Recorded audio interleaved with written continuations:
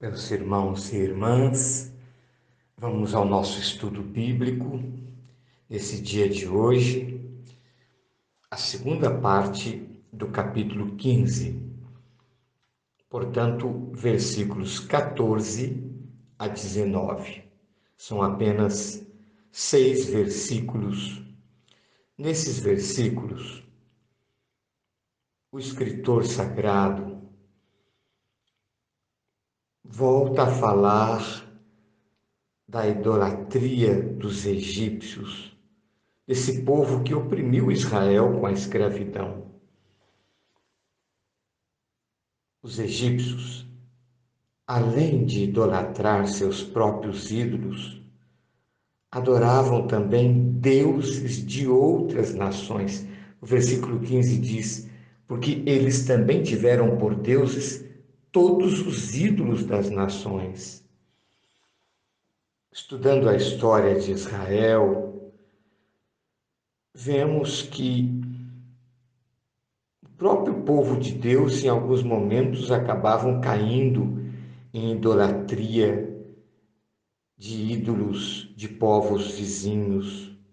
E os profetas denunciavam com veemência essa prática que tanto ofende a Deus. Ora, se isso chegou a acontecer com o próprio povo de Deus, com Israel, imaginemos as nações pagãs. Isso se deu muito mais.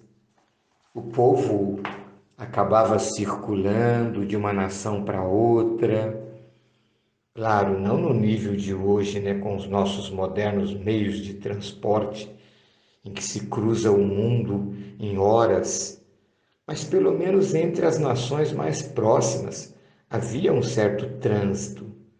Havia migrações por busca de melhores condições de vida, também contatos com povos vizinhos através do comércio.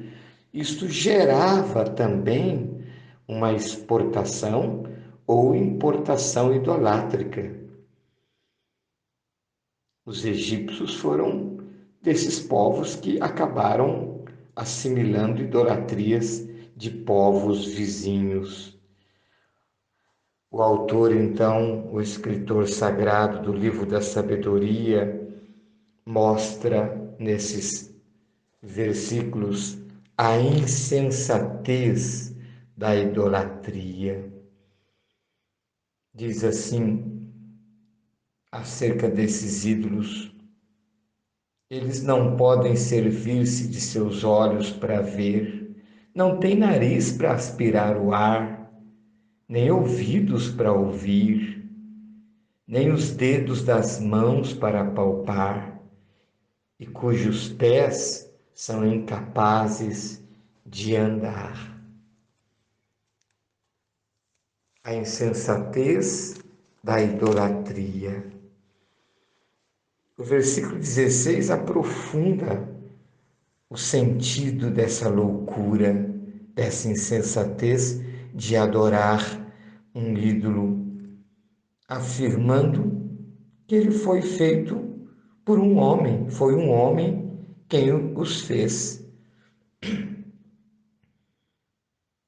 E aí diz assim: eles não têm vida por uma razão clara. O ser humano não pode criar um ser vivo. É desígnio de Deus que o ser humano gere filhos. Isto sim, mas criar seres vivos é prerrogativa só de Deus. O versículo 17 diz: porque sendo, referindo-se ao ser humano, porque sendo ele próprio mortal, morto é tudo que produz com suas mãos ímpias. E aí afirma que o ser humano, sim, ele tem uma dignidade muito maior do que todas essas coisas, esses ídolos, inclusive aquilo que o ser humano faz. De fato, diz o texto, Ele vale mais que os objetos que venera.